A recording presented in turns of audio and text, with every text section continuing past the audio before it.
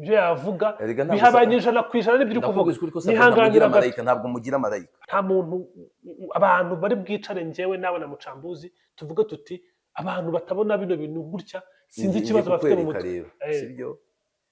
It is a karma. Ngewe Cyangwa ibiri kubaho ubutanga ibitekerezo. Karma se ninde wavuze ko ari twe dutanga karma? Ntabwo Karma ari twitanga, ariko irekera universe, irekera isanzure, irekera Imana. Tout se paye ici-bas. Ntabwo ari byo jambo. Ibyo bintu bya karma ntabwo umuntu ari uvuga ngo agiye kuzana karma.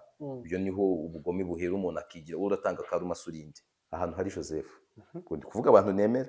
Joseph Muryango. Yego, ahantu hari Scovia. Scovia mu Rwa Gasabo. Ahantu hari Omar Karegeya. Karegeya Omar Pana. Abandi icyo gihe narepaga nkavuga nti iki kibuga kiradanangemwe gatsindwa mu birakazi.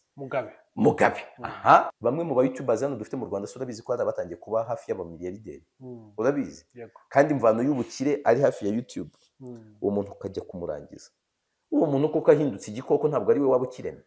Kuko wemeye, buriyo wemeye kurwana, ugomba kwakira ko nawe uza kurwanwa. Kandi ubutegetsi bugomba kurwanirwa n'ababukunda. None ufata umuntu wawe ubwo ufite ibindi ajya akora igihugu akagitarama. Sibyo? Afite ibiganiro byiza akora muri ubwo buryo byerekana ibyiza by'u Rwanda, nurangiza uhita umwita umwanzi w'igihugu. Umwanzi w'igihugu avuza abarwayi atabyaye.